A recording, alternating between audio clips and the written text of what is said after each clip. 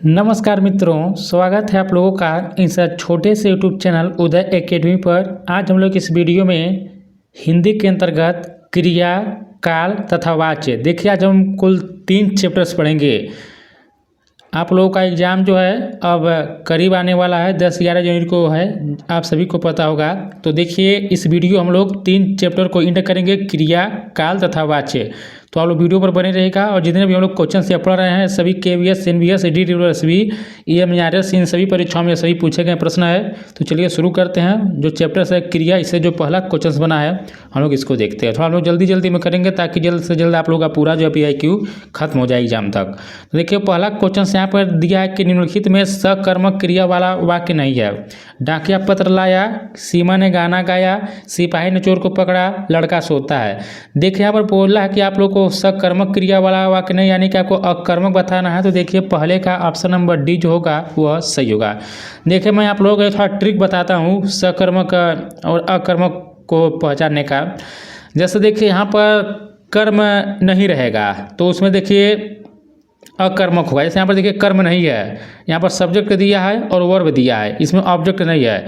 फिर देखिए, यदि पहला देखिए डाकिया पत्र लाया, क्या आप इसमें प्रश्न करिए कि क्या मतलब क्या लाया, पत्र लाया, आंसर क्या मिला, पत्र। सीमा ने गाना गाया, क्या गाया, तो गाना गाया, यहाँ पर भी आंसर मिल जा रहा है। सिपाही ने चोर को पकड़ा, सिपाही ने किसको पकड़ा, तो चोर को पकड़ा। तो देखिए, जहाँ पर आप लोगों को प्रश्न करने पर आंसर मिल जाए तो वहाँ पर देखिए सकर्मक होता है। लेकिन यहाँ पर देखिए लड़का सोता है, कोई यहाँ पर आप लोग प्रश्न उत्तर करेंगे नहीं पाएंगे। तो ऑप्शन नंबर डी जो होगा यही जो होगा इसका सही होगा। एक बार आप लोग देख लीजिए सकर्मक क्या होता है, अकर्मक क्या होता है, आप लोग याद रखिएगा। देखिए, जिस क्रिया का कर्म हो या जिसके साथ कर्म की संभावना हो सकर्मक क्रिया कहलाती है। क्या करा, जिस क्रिया का कर्म हो या जिसके साथ कर्म की संभावना हो सकर्मक क्रिया कहलाती है। जैसे पढ़ना, लिखना, खाना, पीना आदि। और अकर्मक क्रिया क्या होता है, तो जिन क्रियाओं का व्यापार और फलकर्ता पर हो वे अकर्मक क्रियाएं कहलाती हैं। जैसे चलना, फिरना, दौड़ना आदि। आगे बढ़ते हैं। कह रहा है कि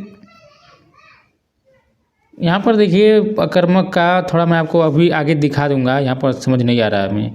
देखिए, दूसरा क्वेश्चन दिया कि इस समूह से भिन्न शब्द हैं, बताइए तैरना की, हंसना की, सोना की, बच्चे। तो देखिए एकदम आसान है, बाकी सब क्रिया है लेकिन बच्चे जो है क्रिया नहीं है। तो दूसरे का ऑप्शन नंबर डी जो हो जाएगा यह सही हो जाएगा। देखिए, KVS PRT में क्वेश्चन पूछा गया है। तो बच्चे क्या है, समूह से भिन्न है, बाकी जितना भी दिया सभी क्या है, क्रिया है। देखिए, जिसके अंत में ना, नी, ने आवे सब देखिए क्रिया ही होता है। तैरना, हंसना, रोना, गाना, ये सब क्या होता है, क्रिया होता है। और तीसरा क्वेश्चन देखते हैं हम लोग, निम्नलिखित में से किस वाक्य में अकर्मक क्रिया नहीं, यानी आप लोगों को सकर्मक बताना है कि सूरजभान आता है, सरोज खाती है, राहुल काम करता है, मोहन खाएगा। बताइए इसमें किसमें अकर्मक क्रिया नहीं है। तो देखिए, यहाँ पर जो होगा आप लोगों का तीसरे का ऑप्शन नंबर सी होगा, राहुल काम करता है। तो इससे आपको पता चलेगा ना, कह रहा है कि राहुल क्या कर रहा है, तो काम करता है। तो ऑप्शन नंबर यहाँ पर तीसरे का सी जो होगा सही होगा। इसमें क्या है, सकर्मक क्रिया का प्रयोग हुआ है। देखिए, कह रहा है कि जिस क्रिया के व्यापार का फल कर्म पर पड़ता है उसे सकर्मक, हाँ देखिए देखिएगा, जिस क्रिया के व्यापार का फल कर्म पर पड़ता है उसे सकर्मक क्रिया कहते हैं। एग्जाम्पल के लिए माँ खाना बनाती है, यानी माँ क्या बना रही है, खाना बना रही है। चौथा क्वेश्चन देखिए दिया कि शिक्षक ने विद्यार्थी से पुस्तक पढ़वाई। आपको बताना है कि इसमें कौन सी क्रिया है, प्रेरणार्थक है कि नाम धातु है कि पूर्वकालिक है कि संयुक्त क्रिया है। तो देखिए, इस क्वेश्चन में चौथे का ऑप्शन नंबर ए सही होगा। शिक्षक ने विद्यार्थियों से पुस्तक पढ़वाई, इसमें जो है प्रेरणार्थक क्रिया का प्रयोग हुआ है। तो ऑप्शन नंबर ए सही होगा। देखिए दोस्तों, प्रेरणार्थक क्रिया उसे कहा जाता है जब कर्ता स्वयं न काम करके किसी दूसरे से करवाता है, तब वहाँ पर प्रेरणार्थक क्रिया का प्रयोग होता है। आप लोग इसको याद रखिएगा, उसे ही प्रेरणार्थक क्रिया कहा जाता है। देखिए, कह रहा कि ऐसी क्रियाएं जिनके प्रयोग से यह पता चले कि कर्ता स्वयं कार्य न करके किसी से और से कार्य करवा रहा है या कार्य करने की प्रेरणा दे रहा है, तो उसे प्रेरणार्थक क्रिया कहते हैं। जैसे शिक्षक ने विद्यार्थी से पुस्तक पढ़वाई। अगला क्वेश्चन देखते हैं हम लोग। क्वेश्चन नंबर 5 देखिए दिया है कि निम्नलिखित प्रश्न में 4 विकल्पों में से उस विकल्प का चयन करें। आपको यही बताना है कि मालिक नौकर से सफाई करवाता है। देखिए, अभी मालिक स्वयं नहीं काम कर रहा है, दूसरे से करवा रहा है, तो क्या होगा, तो प्रेरणार्थक क्रिया ही होगा। जब कर्ता स्वयं ना काम करके दूसरे से करवा रहा है तो प्रेरणार्थक क्रिया का यहाँ पर प्रयोग हुआ है। जैसे देखिए, करवाना हो गया, कटवाना हो गया, चलवाना हो गया। अगला क्वेश्चन है कि शिशु रो रहा है, बताइए सकर्मक होगा कि पूर्वकालिक की संयुक्त की अकर्मक। देखिए, शिशु रो रहा है, यहाँ पर अकर्मक क्रिया का प्रयोग हुआ है। तो 6 का जो होगा वो ऑप्शन नंबर डी से होगा। शिशु रो रहा है तो इसमें क्या होगा, अकर्मक क्रिया का प्रयोग हुआ है। थोड़ा व्याख्या देख लेते हैं, क्रिया क्या कहलाता है। तो देखिए, वाक्य के जिस पद से किसी कार्य के होने या करने का बोध होता है उस पद को क्रिया कहते हैं। और अकर्मक क्रिया क्या होता है, जिस क्रिया के पूर्ण होने या व्यक्त होने के लिए वाक्य में कर्म की आवश्यकता नहीं पड़ती उसे अकर्मक क्रिया कहते हैं। आप लोग याद रखिएगा। अगला क्वेश्चन है कि श्याम सोता है। इसमें बताना है कि पूर्वार्थक की सकर्मक है कि पूर्वकालिक या कर्मक। देखिए, श्याम सोता है तो कोई काम नहीं कर रहा है, तो ऑप्शन नंबर देखिए 7 का जो होगा यहाँ पर डी जो होगा वह सही होगा। देखिए, जिस क्रिया का फल कर्ता पर ही पड़ता है वह क्रिया कर्मक कहलाती है। अगला दिया कि अध्यापक छात्र से पाठ पढ़वाता है। देखिए, एकदम ईजी है। बताइए पूर्वकालिक हुआ कि पूर्वार्थक की संयुक्त क्रिया कर्मक। हम बताएं, देखिए अध्यापक तो काम खुद कर नहीं रहे हैं, छात्र से क्या कर रहे हैं, पाठ पढ़वा रहे हैं। तब जब कर्ता स्वयं न कार्य करके किसी दूसरे से करवाता है तो हम पूर्वार्थक क्रिया होता है। तो 8 का ऑप्शन नंबर जो होगा इसका बी जो हो जाएगा वह सही होगा। अगला हम लोग क्वेश्चन देखते हैं। अगला दिया कि लड़के मैच 4 बजे से खेल रहे हैं, क्रिया का विस्तार है। 4 बजे से कि मैच की खेल रहे हैं कि लड़के। तो देखिए यहाँ पर 9 का ऑप्शन नंबर ए सही होगा। 4 बजे से यही देखिए क्रिया का विस्तार है, तो ऑप्शन नंबर ए जो होगा इसका सही हो जाएगा। अगला दिया कि पतंग उड़ रही है। इस वाक्य में उड़ रही किस क्रिया किस प्रकार की, पूर्वार्थक क्रिया की, सकर्मक या कर्मक की, समापिका। तो देखिए 10 का ऑप्शन नंबर सी होगा। पतंग उड़ रही है, इसमें जो है अकर्मक क्रिया का प्रयोग हुआ है, तो ऑप्शन नंबर सी जो होगा इस क्वेश्चन का सही होगा। जैसे देखो कुछ एग्जांपल्स देख लेते हैं। अकर्मक क्रियाओं का कर्म नहीं होता, क्रिया का व्यापार और फल कर्ता पर पड़ता है। जैसे चिड़िया उड़ रही है, इस वाक्य में चिड़िया कर्ता और उड़ने का कार्य उसी के द्वारा पूरा हो रहा है, इसलिए उड़ रही क्रिया अकर्मक है। अगला क्वेश्चन है कि जो क्रिया कर्म के साथ आती है उसे क्या कहा जाता है, सकर्मक क्रिया की, अकर्मक की, सामान्य क्रिया की, पूर्वकालिक क्रिया। देखिए कह रहा है कि जो क्रिया कर्म के साथ आती है उसको क्या कहा जाता है, तो देखिए उसको सकर्मक क्रिया कहा जाता है कर्म के साथ। तो ऑप्शन नंबर ए जो होगा वह सही होगा। जैसे यहाँ पर देखिए कह रहा है कि जिस क्रिया से सूचित होने वाले व्यापार का फल कर्ता पर न पड़कर कर्म पर पड़े उसे सकर्मक क्रिया कहते हैं। जैसे राम फल खाता है, वाक्य में खाता है, क्रिया का व्यापार राम करता है, पर इस व्यापार का फल पर पड़ता है इसलिए खाता है, सकर्मक क्रिया और फल कर्म है। अगला दिया कि रचना के आधार पर क्रिया के कितने प्रकार होते हैं। बताइए 7 की 6 की 5 की 4। देखिए रचना के आधार पर क्रिया के कुल 5 प्रकार होते हैं, तो ऑप्शन नंबर यहाँ पर देखिए सी जो होगा इस क्वेश्चन का सही होगा। और देखिए आप लोग थोड़ा क्वेश्चन में ही मिस्टेक दिया है। रचना की दृष्टि से क्रिया के 2 भेद होते हैं, अकर्मक क्रिया, सकर्मक क्रिया। तो आयोग ने इस प्रश्न का देखिए सी माना है, जो उचित नहीं है। तो बाकी आप लोग याद रखिएगा यह गलत ही माना गया था। तो रचना की दृष्टि से क्रिया के कुल 2 भेद होते हैं, अकर्मक क्रिया और सकर्मक क्रिया। इसको आप लोग याद रखिएगा। आयोग 5 माना था, हम भी 5 करा दिए हैं, लेकिन देखिए गलत है। रचना के आधार पर क्रिया के 2 भेद होते हैं। अगला क्वेश्चन दिया कि निम्नलिखित वाक्यों में से किस में पूर्वकालिक क्रिया है। बताइए आप लोग। उसने नहाकर भोजन किया कि वह धीरे धीरे खा रहा था, उसने मुझे पुस्तक सौंपी कि वह शाम को पहुँचेगा। तो 13 का ऑप्शन नंबर जो होगा वह ए सही होगा। उसने नहाकर भोजन किया, इसमें पूर्वकालिक क्रिया का प्रयोग हुआ है, तो ऑप्शन नंबर ए जो होगा वह सही होगा। देखिए जब करता है कि क्रिया समाप्त कर उसी क्षण दूसरी क्रिया में परिवर्तित होता है तब पहली क्रिया पूर्वकालिक क्रिया कहलाती है। जैसे देखिए क्या करा कि उसने नहाकर भोजन किया, यानी देखिए एक क्रिया यहाँ पर मतलब हो गया, फिर उसके बाद भोजन किया तो यहाँ पर क्या हो जाएगा, पूर्वकालिक क्रिया होगा। नहाकर तो पूर्वकालिक क्रिया। मैं अवश्य पहुँचूंगा, आपको बताना है कि क्रिया विशेषण रीतिवाचक, पहुँचूंगा का विशेषण मतलब क्या, यह अवश्य क्या दिया है यह। तो यहाँ पर देखिए ऑप्शन नंबर जो होगा इस क्वेश्चन का वह ए सही होगा। जो अवश्य है इसका मतलब है कि क्रिया विशेषण रीतिवाचक, पहुँचूंगा का विशेषण। तो ऑप्शन नंबर ए जो होगा इस क्वेश्चन का सही होगा।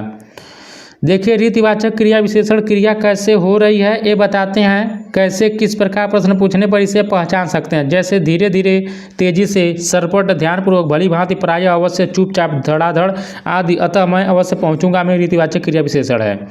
अगला दिया है कि निम्नलिखित में रीतिवाचक क्रिया विशेषण पहचाने। थोड़ा सा कि भीतर बाहर के धीरे धीरे, देखिए धीरे धीरे जो होगा वही रीतिवाचक होगा। तो ऑप्शन नंबर 15 का जो होगा वह सी जो होगा सिवा। याद रखें आप लोग, जो धीरे धीरे दिया है क्रिया विशेषण है, रीतिवाचक क्रिया विशेषण, आप लोग याद रखिएगा। अगला दिया है कि मैं घर, क्या होगा, जाएगा कि जाएगी कि जाएंगे कि जाऊंगा। देखिए बहुत इजी क्वेश्चन है। मैं घर जाऊंगा होगा तो ये इमारत देखिए टीजीटी में क्वेश्चन पूछा गया, इतना इजी क्वेश्चन है। काटना शब्द का द्वितीय पूर्णार्थक आप बताइए क्या होगा। काटने की काटने की, कटाना की, कटवाना। देखिए काटना का कटवाना होगा, मतलब जब क्रिया स्वयं न कार्य करके दूसरे से करवाती है तब प्रयोगार्थक क्रिया बनता है। तो काटना का क्या होगा, कटवाना होगा। आप लोग अपना स्कोर जरूर बताइएगा कितना आप लोग का सही हुआ है। देखिए जिन क्रियाओं से इस बात का बोध हो कि कर्ता स्वयं कार्य न करके किसी दूसरे को कार्य करने के लिए प्रेरित करता है, वही प्रयोगार्थक क्रिया कहलाती है। द्वितीयक प्रयोगार्थक क्रिया में कर्ता स्वयं कार्य न करके किसी दूसरे को कार्य करने की प्रेरणा देता है और दूसरे से कार्य करवाता है, अतः काटना का द्वितीय प्रयोगार्थक रूप कटवाना होगा। अगला दिया है कि मिठाई देखकर बच्चे ललचाते हैं। इस वाक्य में क्रिया है अकर्मक की, सकर्मक की, अन्य कर्मक की, कोई नहीं। देखिए यहाँ पर सकर्मक होगा, मिठाई देखकर बच्चे ललचाते हैं, तो ऑप्शन नंबर यहाँ पर बी जो होगा वह सही होगा। तो याद रखिएगा सकर्मक क्रिया का प्रयोग हुआ है। अगला देखते हैं हम लोग कि गाड़ी धीरे धीरे स्टेशन पर आ गई। इस वाक्य में क्रिया विशेषण है आ गई कि गाड़ी की स्टेशन की धीरे धीरे। तो देखिए 19 का जो होगा ऑप्शन नंबर डी सही होगा। तो यहाँ पर जो धीरे धीरे दिया है यही जो होगा क्रिया विशेषण है। जैसे मान लीजिए क्रिया की जो विशेषता बताता है उसको क्रिया विशेषण कहा जाता है। जैसे कह रहा है कि गाड़ी धीरे धीरे स्टेशन पर आ गई, मतलब स्टेशन पर आ गई गाड़ी, इसका क्या विशेषता है कि धीरे धीरे आ गई है। तो यहाँ पर देखिए ऑप्शन नंबर डी जो होगा वह सही होगा। देखिए कह रहा है कि जो शब्द क्रिया की विशेषता बतलाते हैं उन्हें क्रिया विशेषण कहा जाता है। अर्थ की दृष्टि से क्रिया विशेषण 4 प्रकार के होते हैं, स्थानवाचक, कालवाचक, परिमाणवाचक, रीतिवाचक। वाक्य जो है यहाँ पर दिया कि गाड़ी धीरे धीरे स्टेशन पर आ गई में धीरे धीरे रीतिवाचक क्रिया विशेषण है। अगला क्वेश्चन है कि निम्नलिखित वाक्यों में से कौन सी क्रिया अनुकरणात्मक नहीं है, फड़फड़ाना की, मिमियाना की, झुठलाना की, हिनिनाना। तो देखिए 20 का ऑप्शन नंबर सी होगा। झुठलाना जो दिया है यह अनुकरणात्मक नहीं है, तो ऑप्शन नंबर जो है इस क्वेश्चन का सी जो होगा वह सही होगा। देखिए कह रहा है कि किसी वास्तविक या कल्पित ध्वनि के अनुकरण से क्रियाएं बना ली जाती हैं, जैसे खटखट से खटखटाना, फड़फड़ से फड़फड़ाना, हिन हिन से हिनिनाना, में से मिमियाना, जबकि झुठलाना क्रिया अनुकरणात्मक नहीं है। तब भी यहाँ पर विकल्प जो सी होगा वह सही होगा। देखिए दोस्तों आप लोगों ने ध्यान दिया होगा, मैं आप लोगों से कभी नहीं कहता हूँ कि वीडियो को लाइक करिए, शेयर करिए, चैनल से जुड़ जाइए, लेकिन देखिए यदि आप लोगों को यह कंटेंट अच्छा लग रहा है तो प्लीज़ वीडियो को लाइक कर दीजिएगा, शेयर भी कर दीजिएगा, और भी इसी प्रकार के कंटेंट देखने के लिए चैनल को सब्सक्राइब भी कर लीजिएगा।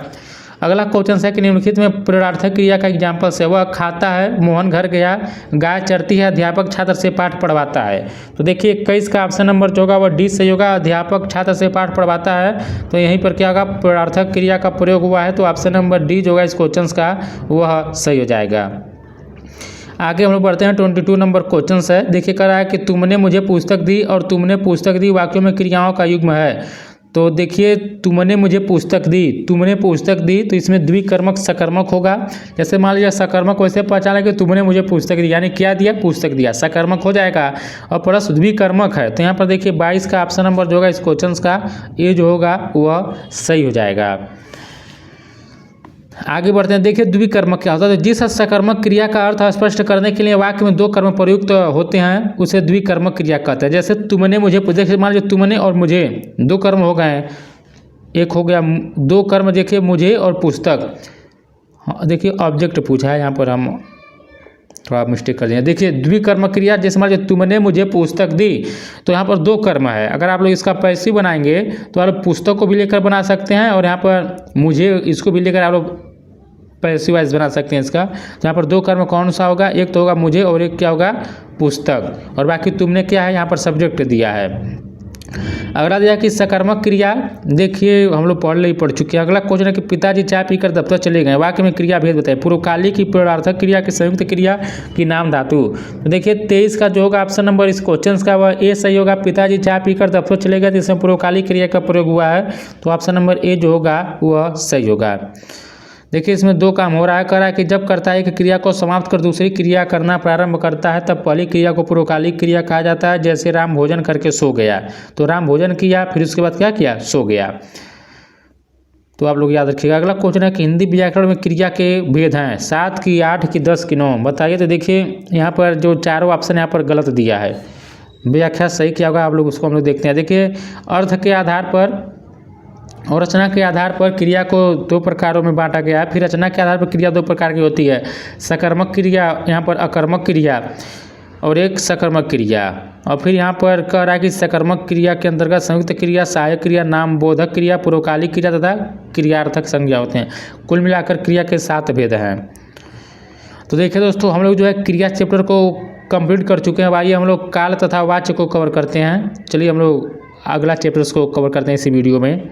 अब आइए हम लोग अलग चैप्टर यहाँ पर कवर करते हैं। देखिए काल एवं वाच्य से हम लोग देखते हैं कितना क्वेश्चन बना है एग्जाम में। तो यहाँ पर पहला ही क्वेश्चन हम लोग देखते हैं। देखिए क्वेश्चन दिया है कि दीपक स्कूल से घर पहुंचने वाला होगा। इसमें आप लोगों को काल का जो सही विकल्प होगा उसको बताना है कि तात्कालिक वर्तमान काल की, संदिग्ध वर्तमान काल की, आसन्न भूतकाल की, हेतुमत भविष्य काल। तो देखिए पहले का ऑप्शन नंबर बी सही होगा, दीपक स्कूल से घर पहुंचने वाला होगा। तो इसमें संदिग्ध वर्तमान काल का प्रयोग हुआ है, तो ऑप्शन नंबर बी जो होगा इस क्वेश्चन का सही होगा। और देखिए संदिग्ध वर्तमान काल किसे कहा जाता है? क्रिया का वह रूप है जिसे क्रिया के होने में संदेह प्रकट हो पर उसके वर्तमान में संदेह न हो। जैसे देखिए दीपक स्कूल से घर पहुंचने वाला हो, तो यहाँ पर क्या होगा?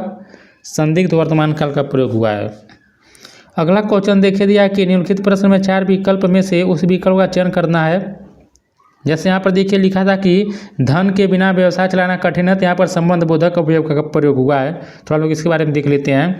संबंध बोधक या प्रसर्ग अव्यय संज्ञा या सर्वनाम का संबंध बनाने के लिए उनके बाद लगने वाले अव्यय संबंध बोधक या प्रसर्ग अव्यय कहलाते हैं। ने, को, से, के लिए, का, के, की, में, पर आदि प्रसर्ग अव्यय है।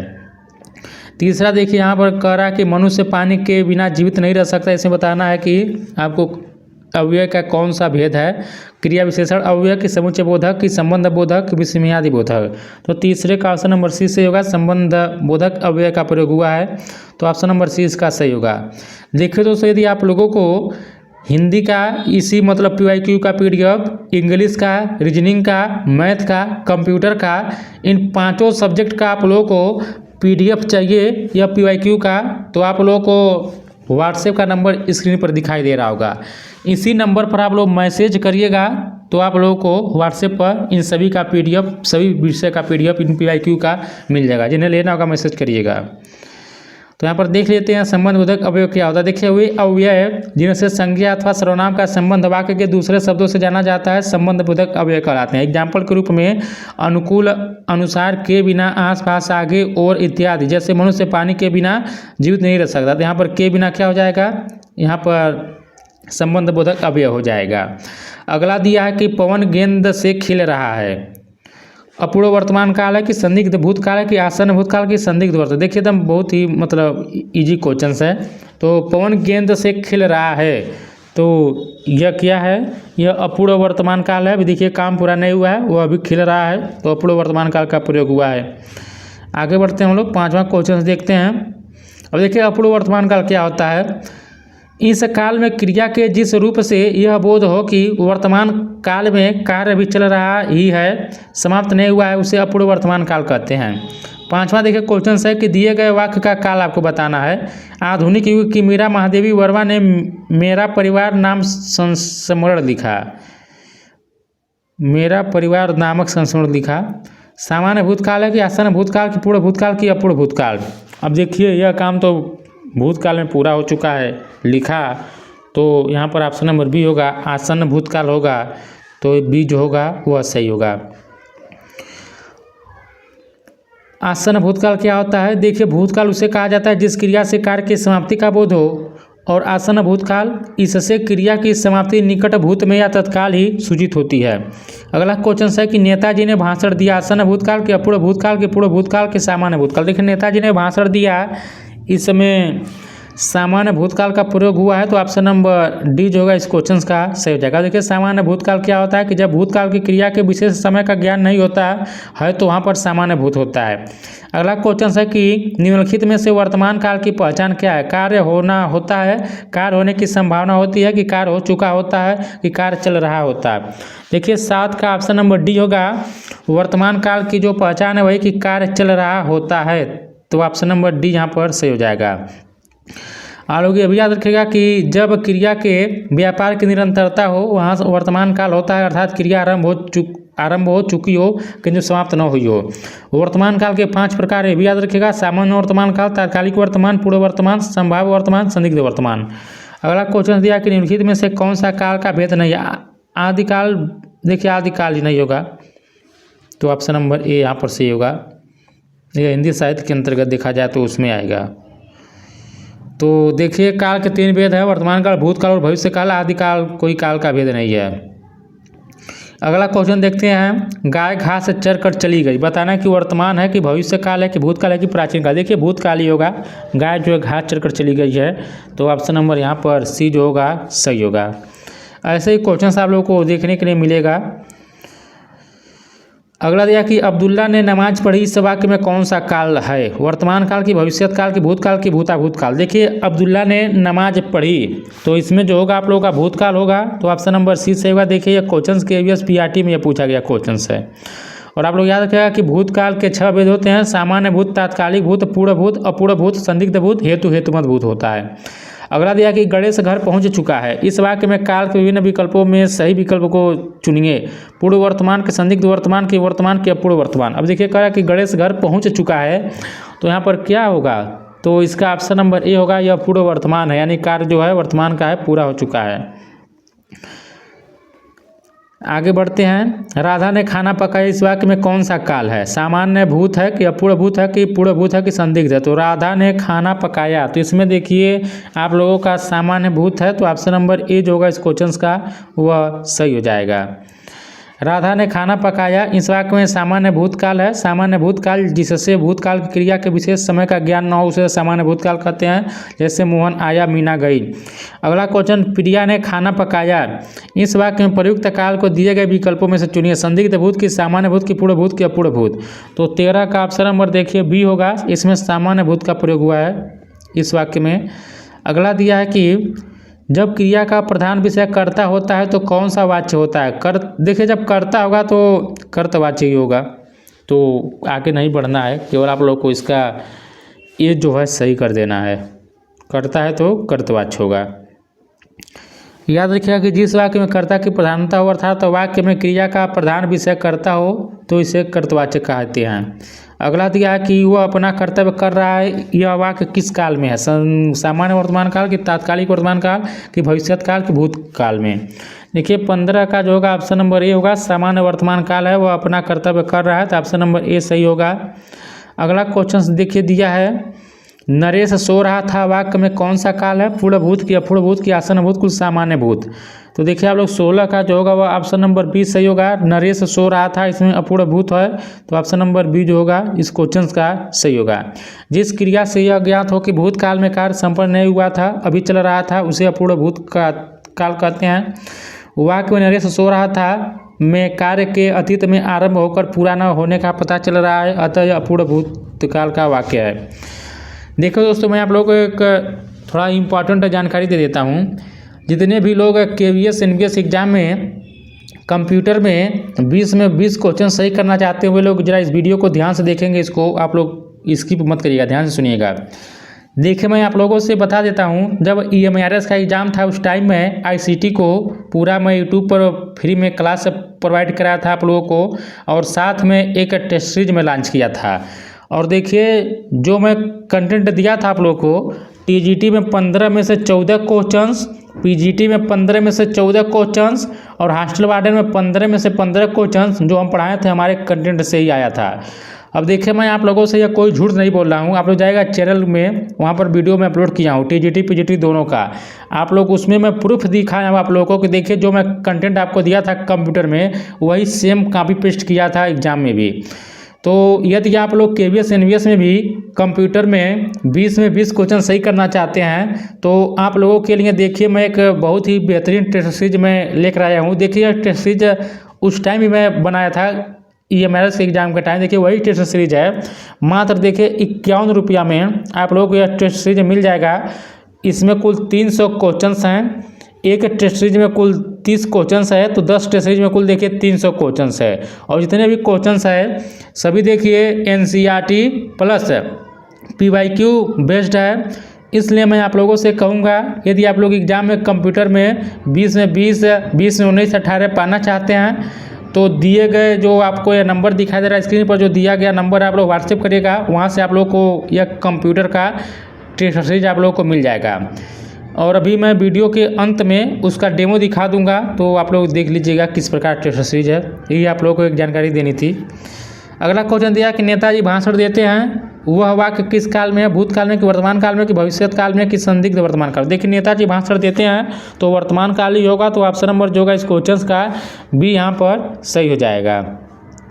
अगला दिया है कि आपको यहाँ पर मैचिंग करना है, भूतकाल कौन सा होगा, भविष्य काल वर्तमान काल। देखिए यहाँ पर आप लोगों का वह गया हो और वे पढ़ते होंगे, मैं चल चुका हूँ। तो अब यहाँ पर देखिए आप लोग मैचिंग करिए, तो देखिए भूतकाल में क्या होगा, मैं चल चुका हूँ, यह आप लोगों का भूतकाल में होगा, तो ए का 1 होगा। देखिए पहले के में दिया और बाकी बी का 3, भविष्य काल में वे पढ़ते होंगे, गा के गी यहाँ पर दिया। वर्तमान काल देखिए वह गया हो, तो यही सी होगा। उसने चित्र देखा यह वाक्य में है, मतलब उसने चित्र देखा, देखिए यह जो है आप लोगों का भूतकाल में है, तो ऑप्शन नंबर बी जो होगा यहाँ पर सही हो जाएगा। अब व्याख्या देखें कि जिससे क्रिया के व्यापार की समाप्ति का बोध हो उसे भूतकाल कहते हैं। जैसे राम घर गया था, भूतकाल के 6 भेद होते हैं, सामान्य भूतकाल, आसन भूतकाल, पूर्ण भूतकाल, अपूर्ण भूतकाल, संदिग्ध भूतकाल और हेतुमत भूतकाल। तो आप लोग इसको याद रखिएगा। और देखिए सामान्य भूतकाल क्या होता है, तो जिससे क्रिया के व्यापार की बीते हुए समय में समाप्त होने की सामान्य सूचना मिलती है उसे सामान्य भूतकाल कहते हैं। उसने चित्र देखा में सामान्य भूतकाल है। तो देखिए दोस्तों हम लोग कुल 2 चैप्टर्स को कहें तो 2-3 चैप्टर को हम लोग कंप्लीट किए हैं आज हम लोग इस छोटे से वीडियो के माध्यम से। वीडियो अच्छा लगा तो वीडियो को लाइक करिएगा, शेयर कीजिएगा। और देखिए जो टेस्ट सीरीज है कंप्यूटर का उसका आप लोग डेमो देख लीजिए। तो देखिए आप लोग टेस्ट सीरीज यही है, जो भी लोग KVS NVS की तैयारी कर रहे हैं तो देख लीजिए आप लोग किस प्रकार का क्वेश्चन डिजाइन किया गया है। देखिए जितने भी क्वेश्चंस हैं यह सभी जो है NCERT K+ और साथ में PYQ हैं, सभी जितने भी कंप्यूटर क्वेश्चन KVS NVS में पूछा गया है। तो देखिए इसी प्रकार का आप लोग यहाँ पर देखिए पूरा व्याख्या दिया जा रहा है। फिर यह देखिए दूसरा क्वेश्चन रोम का फुल नेम क्या है, फिर देखिए व्याख्या यहाँ पर आप लोग देख सकते हैं। फिर तीसरा क्वेश्चन ALU और यहाँ पर देखिए जो आप लोग का EMIRS का एग्जाम हुआ था हुबहू देखिए इसी में से कई क्वेश्चन से कॉपी पेस्ट कर दिया गया था। यहाँ पर देखिए आउटपुट के लिए इनपुट आउटपुट से क्वेश्चन फिक्स से पूछेगा। तो देखिए अभी हम क्वेश्चन सब डाले हैं, एक मतलब हर एक प्रकार का क्वेश्चन हम इसमें टेस्ट सीरीज में शामिल किए हैं। और जितने भी लोगों ने लिया था अधिकतर लोगों का 12, 13, 14, 15 तक, यहाँ तक 15 में 15 ऐसा स्कोर किया कई लोगों ने। तो देख सकते हैं यही टेस्ट सीरीज है। यदि आपको लेना है तो व्हाट्सएप नंबर आप लोग को स्क्रीन पर दिखाई दे रहा है। देखिए इसी प्रकार के आप लोगों को जो है 10 टेस्ट सीरीज दिया जाएगा, मात्र देखिए 51 रुपये में, 51 रुपीज़ में दिया जा रहा है।